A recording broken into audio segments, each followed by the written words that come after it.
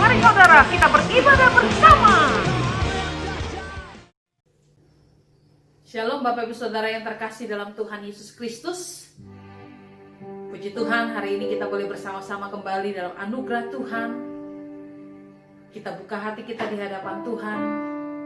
Kita masuk dalam hadirat Tuhan. Sebab Dia Tuhan yang dahsyat dan luar biasa dalam setiap kehidupan kita. Satu minggu kita lewati bersama-sama dengan Tuhan. Saya percaya ada kasih Tuhan yang semakin besar dalam hidup kita. Mari kita berdoa di hadapan Tuhan. Buka hati kita di hadapan Tuhan. Terima kasih Bapa yang baik, kami mengucap syukur Engkau luar biasa Tuhan. Hari ini Tuhan beri kesempatan kepada kami boleh bersama-sama kembali Tuhan dalam ibadah online. Tuhan, semua karena anugerah Tuhan. Kami rindu untuk terus setia kepadamu ya Tuhan. Sampai akhir hidup kami Tuhan. Kami mau senantiasa setia kepadamu Tuhan Yesus. Terima kasih Bapa, terima kasih. Biarlah Engkau mendapati hati kami Tuhan. Hati yang rindu kepadamu Tuhan. Hati yang setia kepadamu ya Tuhan. Terima kasih Bapa, terima kasih. Terpujilah namamu Tuhan kekal sampai selama-lamanya. Kami buka Tuhan ibadah kami pada hari ini hanya di dalam nama Tuhan Yesus. Kami berdoa dan mengucap syukur. Haleluya, haleluya. Amin, amin. Terima kasih Tuhan. Terima kasih Yesus. Kau baik, sungguh baik, sangat baik. Seperti wanita mengurapimu, menangis di bawah demikian hidupku mau mengasihimu. Yesus Engkau baik bagiku.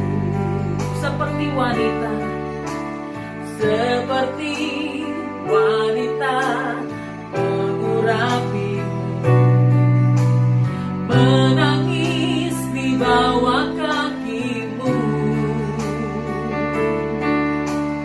Demikian hidupku mau mengasihimu.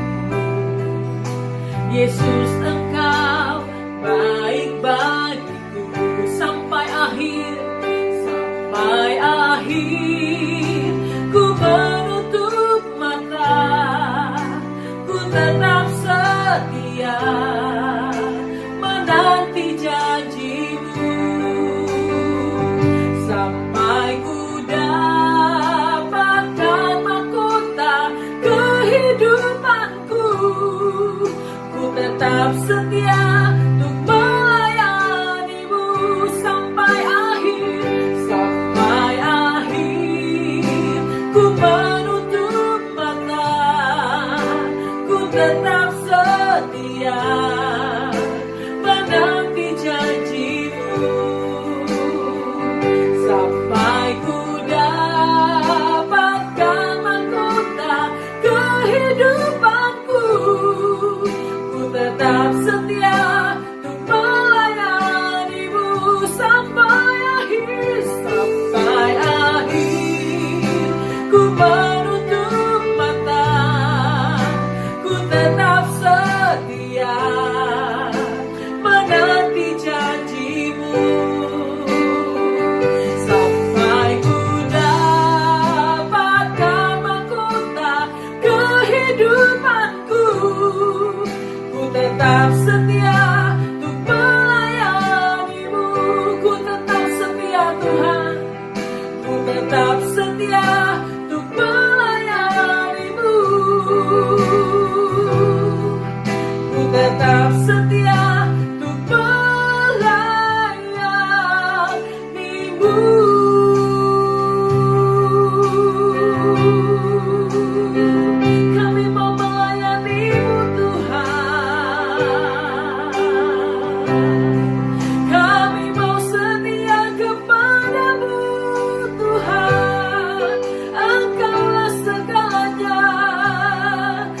dalam hidup kami. Kami sembah Engkau Yesus, kami muliakan Engkau. Engkau segalanya Tuhan, Engkau yang terbaik. Kami ada sebagaimana kami ada untuk melayani-Mu Tuhan. Haleluya. Engkau luar biasa Yesus, Engkau luar biasa Tuhan. Kami menghormati Engkau. Engkau ada di sini ya Tuhan, Engkau ada bagi setiap kami Yesus. Terima kasih Tuhan, Engkau begitu baik dan sangat baik. Kami sembah Engkau Yesus, haleluya. Terima kasih Tuhan. Yes, Lord. Sampai akhir ku menutup mata, ku tetap setia menanti janji-Mu. Sampai ku dapatkan mahkota kehidupanku, ku tetap setia untuk melayani-Mu. Ku tetap setia, ku tetap setia untuk melayani-Mu. Ku tetap setia, ku tetap setia untuk melayani-Mu. Kami siapkan hati kami untuk dengar firman-Mu. Berbicara Tuhan dalam nama Yesus. Haleluya. Bersama kita katakan amin. Shalom, salam berjumpa kembali di dalam kasih Tuhan kita, Tuhan Yesus Kristus. Saya percaya kabar baik, kabar luar biasa selalu ada dalam setiap hidup kita. Karena melalui pelayanan online ini, senantiasa kita dapat merasakan kehadiran dan kasih setia Tuhan yang tidak pernah berubah, menyertai setiap kehidupan kita. Hari yang indah ini, kita akan mendengarkan firman Allah, dan hari ini terambil satu ayat firman Allah dari kitab Yeremia. Mari Bapak Ibu dimanapun Anda sedang berada menyaksikan video ini, yang masih bisa sempat membuka Alkitab, mari buka Alkitab Anda. Dan mari kita lihat bersama apa kata Tuhan pada hari ini buat kita. Tepatnya diambil dari kitab Yeremia 29 ayat yang ke-11. Mari lihat bersama-sama, kita ikut bersama terlibat dalam pembacaan firman Tuhan ini. Karena iman timbul dari pendengaran, pendengaran akan firman Kristus. Mari kita baca bersama-sama apa kata Tuhan yang diambil dari kitab Yeremia 29 ayat yang ke-11. Bunyinya demikian, sebab aku ini, kata Tuhan, mengetahui rancangan-rancangan apa yang ada padaku mengenai kamu. Demikianlah firman Tuhan. Mari baca bersama-sama, yaitu rancangan damai sejahtera dan bukan rancangan kecelakaan, untuk memberikan kepadamu hari depan yang penuh harapan. Ayat ini sungguh indah, menyatakan kepada kita tidak ada satupun rencana Tuhan atas hidup kita yang membawa kita kepada kecelakaan. Luar biasa bukan? Saya sangat percaya inilah fondasi iman kita, bahwa Tuhan kita itu Tuhan yang baik. Dia tidak pernah merencanakan kecelakaan, apalagi mengharapkan kita untuk celaka. Tidak pernah. Tapi rancangan Tuhan adalah rancangan damai sejahtera untuk memberikan kepadamu, kata ayat ini, secara personal kepada setiap kita, setiap Anda yang mendengarkan khotbah ini, yaitu masa depan yang penuh harapan. Luar biasa.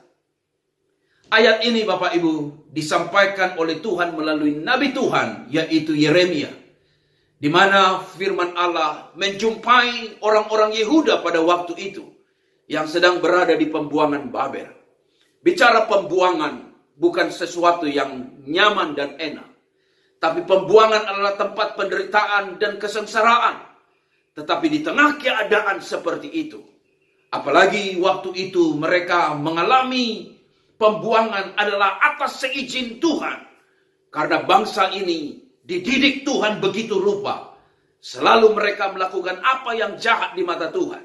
Dan Tuhan mengizinkan melalui pembuangan Babel. Umat Tuhan sedang berada di sana. Tetapi yang menarik Bapak Ibu, sekalipun mereka ada dalam pembuangan. Dengar baik, sekalipun mereka berada dalam pembuangan. Firman Tuhan menyapa mereka, menghampiri mereka, bersabda buat mereka tentang rencana Tuhan, rencana damai sejahtera. Luar biasa bukan? Bahwa sekalipun berada di pembuangan, Tuhan tidak pernah tinggalkan mereka. Tuhan masih datang menyapa mereka. Tuhan masih berbicara kepada mereka. Ini satu berita yang baik buat setiap kita. Secara khusus kita yang sedang menghadapi pandemi virus corona yang begitu luar biasa ini. Kalau kita bisa masih mendengarkan khotbah seperti ini, inilah bukti bahwa Tuhan mengasihi setiap kita. Dia datang pada hari ini melalui online ini kepada Bapak Ibu dengan firman ini. Untuk menegaskan setiap kita bahwa rencana Tuhan bukanlah rencana kecelakaan. Rancangan Tuhan adalah rancangan damai sejahtera. Untuk memberikan kepada setiap kita hari depan yang penuh harapan. Saya mengamenkan ini semua. Karena saya percaya Tuhan itu Tuhan yang baik. Dia selalu punya rencana yang baik dalam setiap hidup anak-anaknya. Nah Bapak Ibu Saudara sekalian yang dikasihi Tuhan. Kalau kita mempelajari ayat ini, tentu kita tahu bagaimana hadirnya damai sejahtera. Yang pertama, damai sejahtera adalah rencana Tuhan. Damai sejahtera hanya akan hadir ketika kebenaran Tuhan bertahta. Kenapa saya katakan kebenaran Tuhan bertahta? Karena sangat jelas, di mana ada kebenaran bertahta, di situ akan ada damai sejahtera.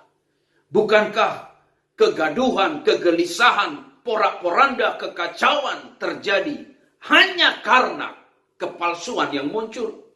Tetapi kalau kebenaran yang bertahta, kebenaran mendapat tempat di tempat yang sangat tepat, memimpin hidup seseorang. Saya sangat yakin, apapun keadaan dunia, tidak akan dapat menggugat ketenangan damai sejahtera dalam hidup orang tersebut. Karena dia tahu ada kebenaran yang memerintah. Nah saya sangat yakin Bapak Ibu, inilah yang sangat-sangat ditekankan oleh Tuhan kepada orang-orang Yehuda. Agar mereka di tengah-tengah pembuangan, jangan pernah percaya kepada nabi-nabi palsu yang selalu membawa firman, tapi bukanlah firman Allah. Tapi firman yang bersifat kompromi. Yang hanya firman yang dibuat oleh manusia. Dan olehnya tersebutlah Yeremia menasihatkan mereka agar mereka tetap fokus kepada firman Allah. Sekalipun firman itu mungkin berbeda dengan apa yang mereka rasakan dan mereka harapkan. Tetapi firman Allah memiliki otoritas yang kepada siapa orang tersebut taat kepada firman itu akan menghadirkan damai sejahtera yang sejati dalam hidup orang tersebut. Nah Bapak Ibu Saudara sekalian yang dikasihi Tuhan, Nabi Yeremia menekankan kepada mereka, jangan dengarkan nabi palsu. Nabi palsu akan membawa firman yang palsu. Jangan perdengarkan nabi palsu. Nabi palsu bukan hanya membawa kegaduhan dan kekacauan, tapi nabi palsu akan membawa janji-janji yang manis, tapi tidak berdasarkan daripada apa hati Tuhan. Disinilah kita dapat katakan Bapak Ibu, tempatkanlah kebenaran yang menjadi yang utama. Maka di mana ada kebenaran, di situ ada damai sejahtera. Nabi Yeremia bernubuat, bangsa Israel akan ada 70 tahun ada dalam pembuangan Babel. Dan tentu itu menyesakkan. Karena apa? 70 tahun adalah waktu yang sangat panjang. Tetapi apa yang terjadi? Orang-orang Yehuda pada waktu itu lebih mendengarkan, yaitu apa kata nabi-nabi palsu. Yang mereka menjanjikan hal-hal yang manis dan mereka berkata tidak sampai 70 tahun. Tetapi hanya dalam waktu yang singkat kita ada dalam pembuangan ini. Olehnya Nabi Yeremia menjadi marah dan kemudian menekankan kepada mereka supaya setiap telinga umat Tuhan berpalinglah kepada suara firman, suara kebenaran. Maka orang yang mendengar firman Allah, hidup dalam kebenaran, akan mengalami damai sejahtera Tuhan atas hidupnya. Nah, Bapak Ibu Saudara sekalian yang dikasihi Tuhan, kita hanya akan mengalami damai sejahtera dalam hidup rancangan Tuhan kalau kebenaran Tuhan selalu ada dalam kehidupan kita. Perdengarkanlah setiap firman itu, firman yang berdasar pada firman.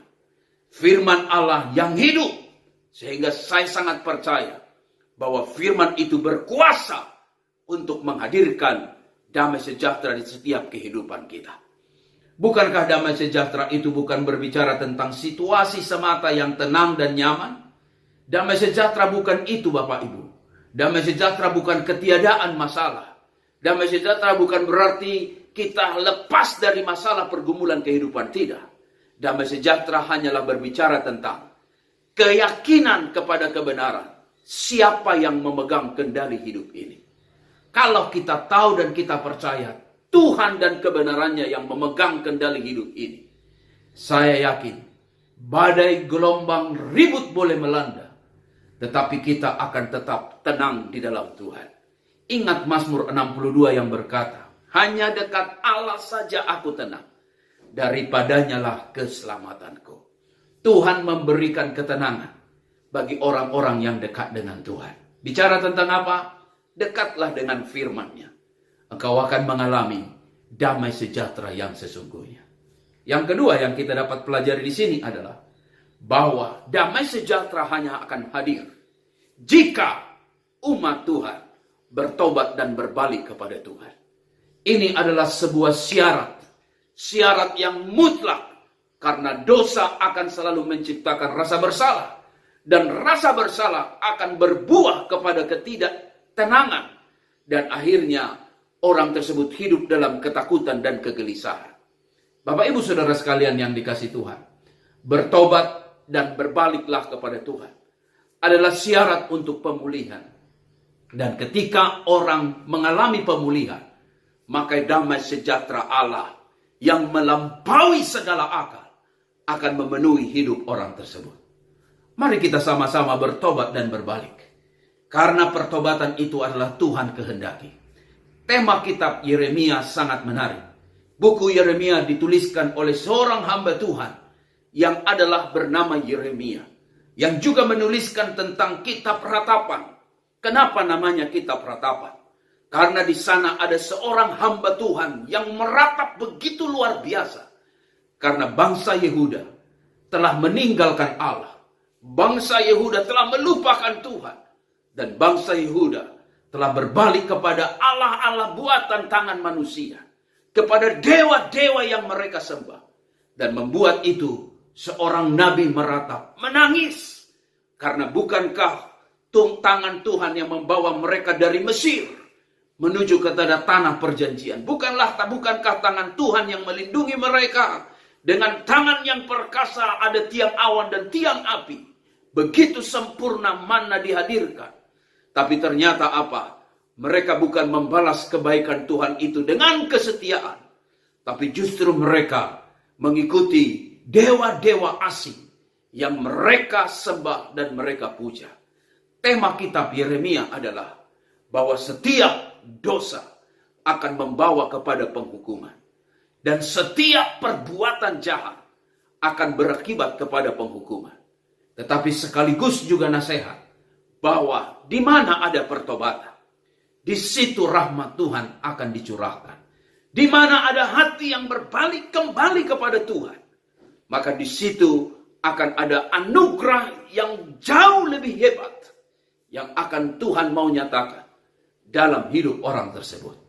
Mari Bapak Ibu, khotbah ini sangat sederhana. Berbaliklah kepada Tuhan, maka damai sejahtera akan memenuhi setiap hati kita. Masih ingat kisah Lukas 15 tentang anak bungsu dan anak sulung, di mana anak yang bungsu meminta harta benda yang menjadi bagiannya dari ayahnya.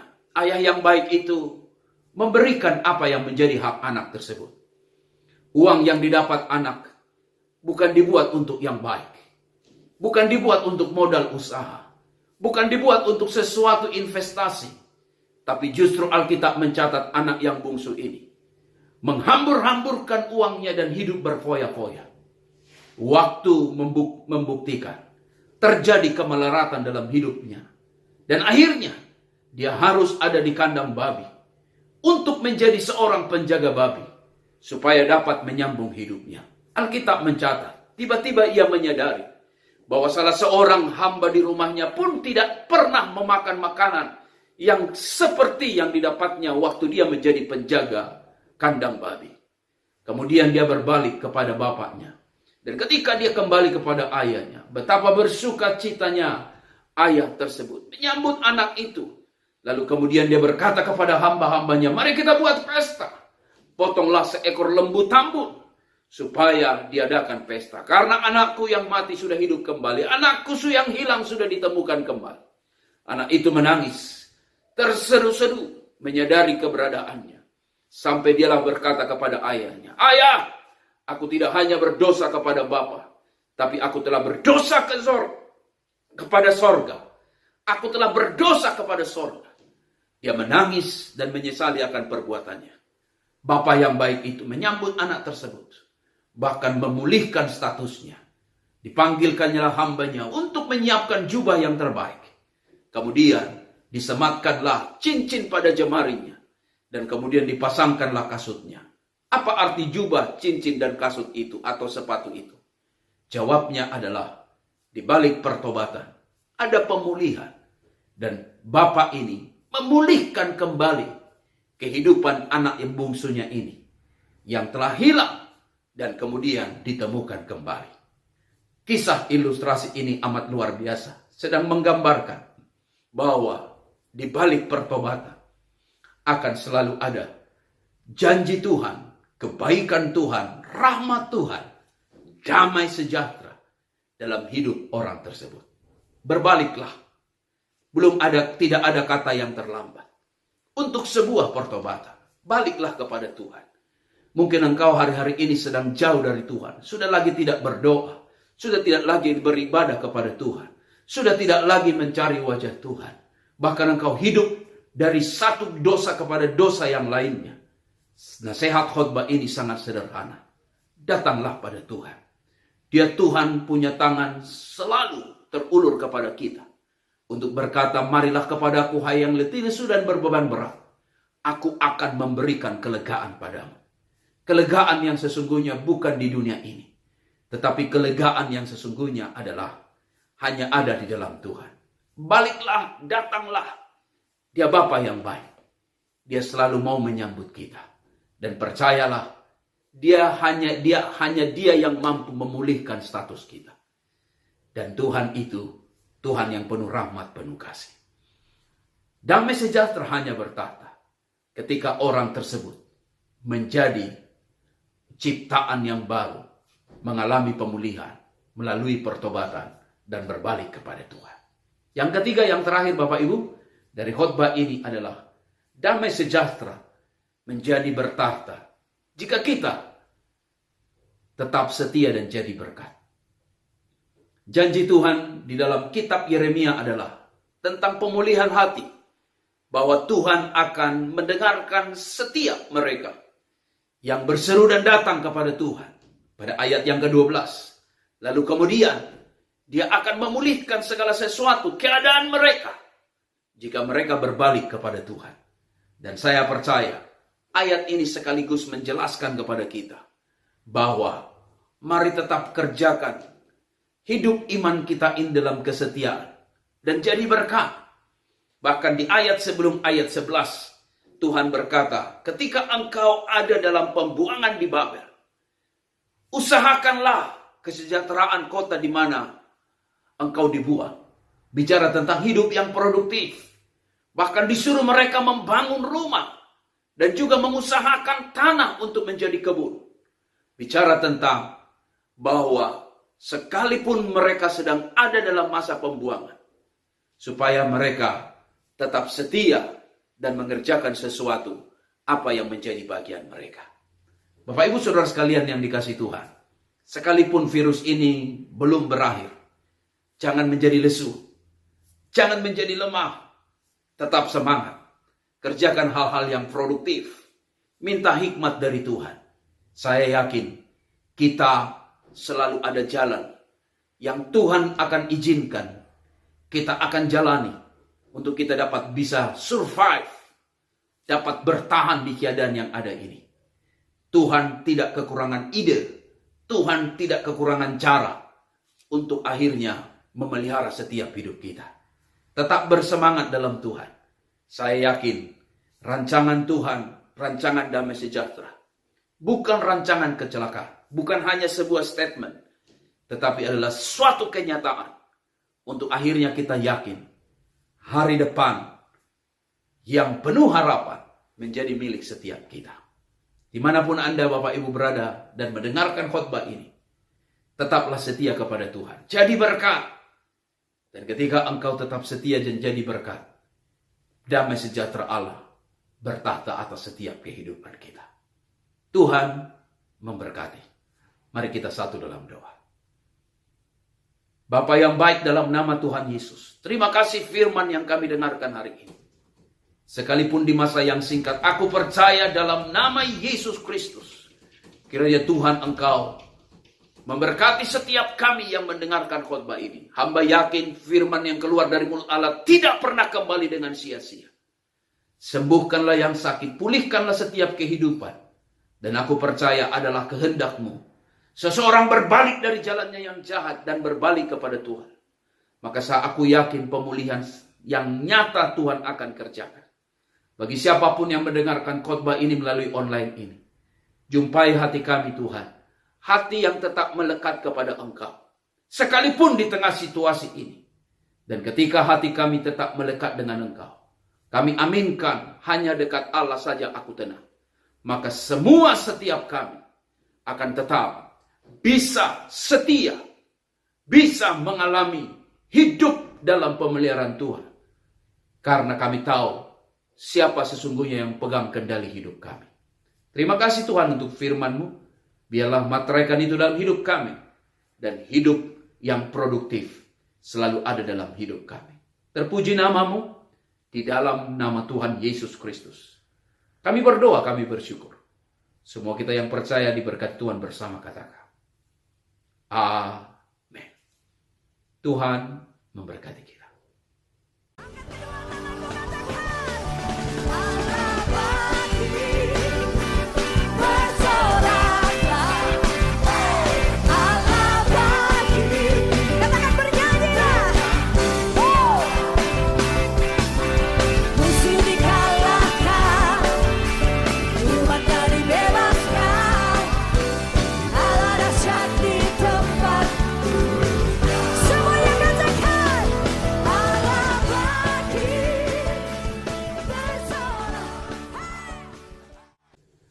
Bapak Ibu Saudara sekalian yang dikasihi diberkati Tuhan, sebelum kita mengakhiri dalam doa, tentu saya mengucapkan terima kasih untuk setiap support dukungan doa Bapak Ibu, dan teruslah bersemangat di dalam Tuhan, karena kita punya Tuhan adalah Tuhan yang mau melihat setiap iman kita masing-masing.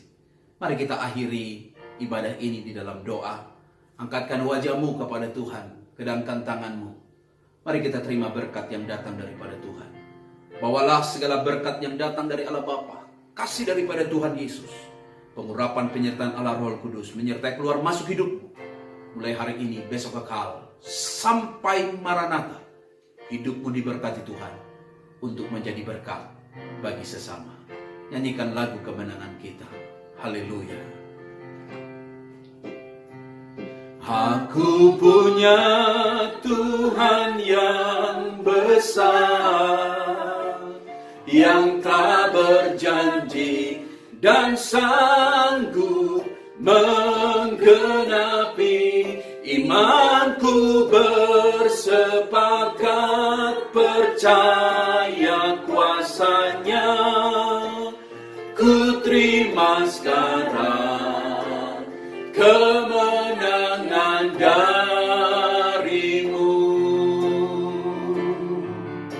Ku terima kemenangan dan